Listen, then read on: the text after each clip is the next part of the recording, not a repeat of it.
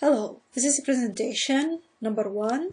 In this presentation we're gonna go over the history of Perl and give you the first example and the syntax of the language. Perl was created by Larry Wall in 1987. Actually, what Larry was doing was extending a Unix operating system out. And at that time, he found out that he's not capable of merging files with each other inside the operating system. So he came up with an idea, which is to create a whole programming language, Perl. So he came up with Perl 1.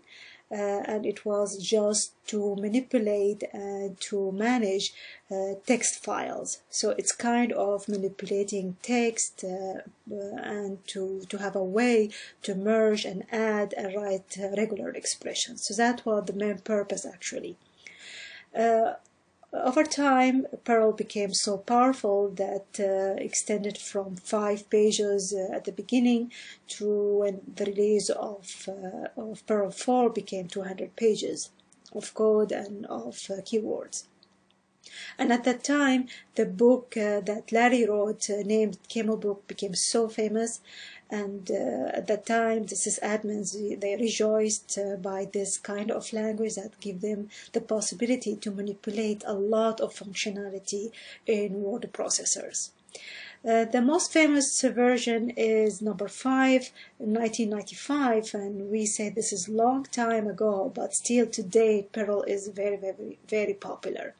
And it was said that actually the existence of Perl helped the emerge of the World Wide Web, because as we know, CGI, one of the most beginning languages over the web, use Perl, and still to date a lot of applications and form run with CGI and Perl.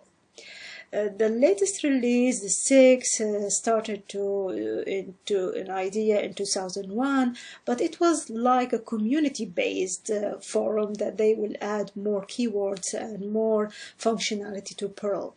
So technically, that's why in this course we're going to learn Perl 5, and if you are, you had the chance to work with Perl 6, you have to go into many different releases that came from different communities like Strawberry Perl, Active State Perl, and many more.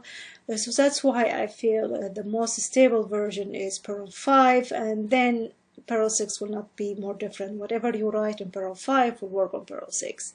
So it is really far from dead, because a lot of community need this language because of the manipulation and because it is a very fast language. Like if you heard about the story, one of the biggest companies, they turned a work in Perl that 5 engineers were working on Perl in 1 year into Java code. So it took them 45 Java programmers to rewrite the same code in 1 year. Then they ended up coming back to Perl, because Perl is very short syntax, it's very powerful and very fast.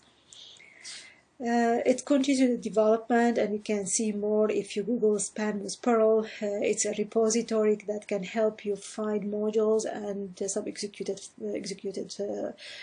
programs. Very good place to go. So it's far from dead. A lot of jobs today ask for experts in Perl. I have to talk about 2 concepts of Perl. The most important aspect in Perl is what is known as scripting language. That means very short lines of programming, maybe at maximum 100 lines. However, also Perl could be a programming language with 2,000 lines. That doesn't mean that we cannot write a whole complete operating system or a complete development website with Perl.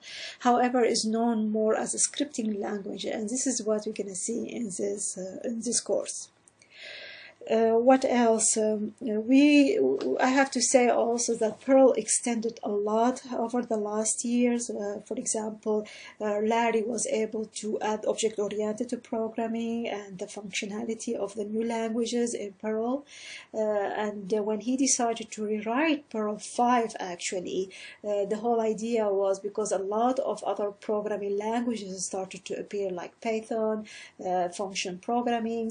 So he wanted to have the same functionalities that other languages have, and to keep the basic of the language that is very powerful and very short. So whatever we're going to learn here is going to work in any version, even the 6 or up in future, so you don't have to worry about it. I created 2 videos for you, one for installing Perl on Windows and one for Mac. So in Windows there is a specific website, Active State, which is, as I said, it continue add more on top of Perl that we see today. So the standalone version release that Perl add to the community is the one that under Unix, but other operating systems can use it as well. Now, a lot of people ask about the framework of Perl. Either a framework for Perl, like for example, for Ruby we have Rails. Actually, there is a lot, like about 30 frameworks. That's why none of them is very popular. Maybe the most one that you can hear related to Perl is Crystals. But actually, the way that people are using it is either from the command line or from Eclipse, as I showed in the video tutorial. As I mentioned, the SPAN is very powerful repository that has a lot of code, reusable code of module that you can go ahead and try to see if it's useful for you and can find what you need in that place. For the programming purposes, some people use Perl to create packages and to create objects. We're not going to see this, but also is very known for Perl for that purpose.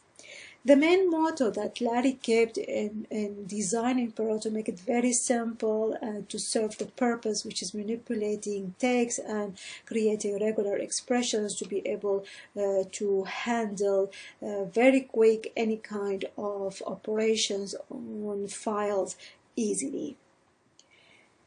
What else about Perl?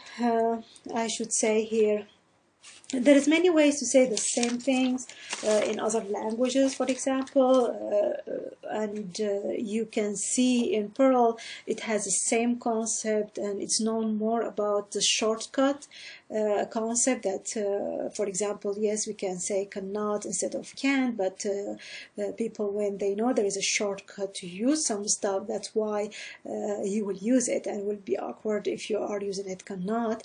So the same concept, a lot of things you learn at the beginning, then you will find a shortcut for them and you get stuck with a shortcut because this is the easiest way to learn it. And I'm gonna follow somehow the book that you have, Learning Perl. I would like to mention there is a footnote at the end of each page. The author of the book, what he did in that book, he wanted to have new ideas in the footnote. So the purpose was first the reader will read this book without reading the footnote. Then when he read it again, we'll look at the footnote in which he will have extension to one of the concepts that he mentioned in the chapter. So technically, if you're saying it like this is the only way that I can code, and then in the footnote we say no, of course there's some other ways. The shortcut is the following. So somehow a smart way to add extension to the language. Also a very powerful concept, there is no reserved words in Perl, because when Larry created Perl, as I said, it was some kind of help for him, for our operating system in Unix, to manipulate files. So he didn't want to have those words actually duplicated in other place. So always he added a sign before the variable. So either we will see the $sign, the percent percentage, the at sign. So always the data or the scalar has this sign in front of it, so there is no way any keyword, even if it added new to the language, will be affected by those variables. That's why you can run any code that you wrote maybe in Perl 1 on Perl 5, because the variables will not be the same at all. And this is what distinguishes this language. This is prefix that is built in the language and distinguish the type of the scalar or the data in it. Of course, if you would like to get help, there are a lot of communities that you can find over the web. The most popular is Perl.com and Perl.org. Also, you can sign to the emailing list of Perl.org. Very useful. You have the information over there to subscribe and to put yourself in the loop to get the latest information about Perl. Also, very popular Perl Monks website. Just Google it and you will find it. It's very, very famous for giving answers to questions. Usually, the toughest question you ask over there will take about half an hour, and sometimes instantly. Actually, you will have someone because there is some kind of voting on this website who is the top 5. So there are points, so people compete on this website. So that's why you will find a lot of people are answering very quickly. Another website, the Stack Overflow, even it's popular not only for Perl, it's general purpose, so you can find answers to most of your questions. Also, IRC channels is very popular. Also, you have groups you can subscribe to, and they meet with each other periodically in some locations in US. The conference, the OSCON, actually, Larry will attend this one and present periodically the latest development on Perl. The last and not least, CPAN, as I said, is a place that you can find a lot of source code that can help you to develop good scripting code. Let us start with the syntax of the program Perl. It's only a plain text file. You don't need any editor to write Perl. However, I prefer Eclipse because it's a very nice IDE environment that helps us in running the code. I have to mention that the white spaces are not significant at all in Perl, so you can add tabs, spaces, any place you want. You can write a single word code in every line and it works. It doesn't matter, but of course this will make it difficult for the person who's gonna read your code.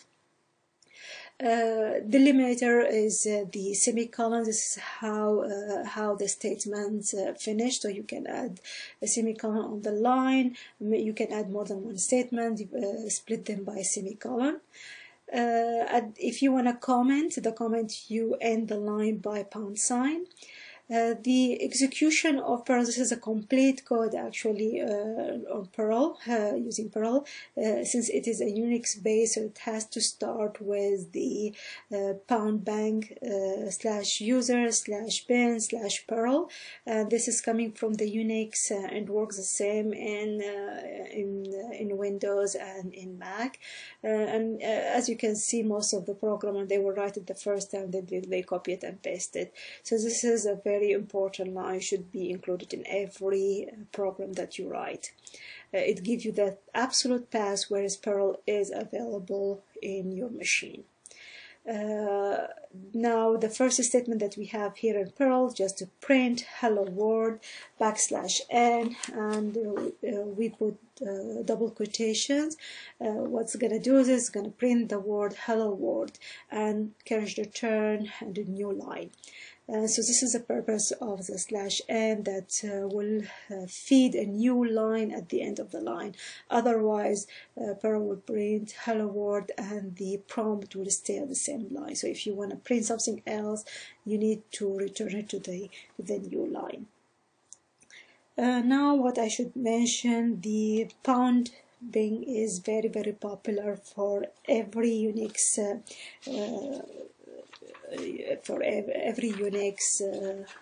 programming languages, also known as a Chauvin line. Now, if you are using Mac, sometimes you have to make the file that you wrote executable by using chmod a plus x, that means executable, and then to write the name of the file, let's say hello.pl. So you make it executable one time and you make it run. One comment I have to mention here, very important, that Perl will run and will launch up and will go through the actual code and will compile the entire code. So there is a phase in Perl as it starts up that reads the entire source, the text from the beginning to the end, and it turns it into internal byte code that is very efficient to run. So when people say that Perl is not a compiled language, they must be thinking about something different than what I am. Perl actually is compiling it down into internal code, even though I will call it just-in-time compilation, because it's going to throw it away when it's done. But then it runs this bytecode and will run the print operation here in our case and will print hello world. So this is very important comments. If I ask you, is there a compiler in Perl? Yes. Perl compiles the text completely and it creates a binary code, and then the binary code will generate the output for the file. That's it for presentation 1.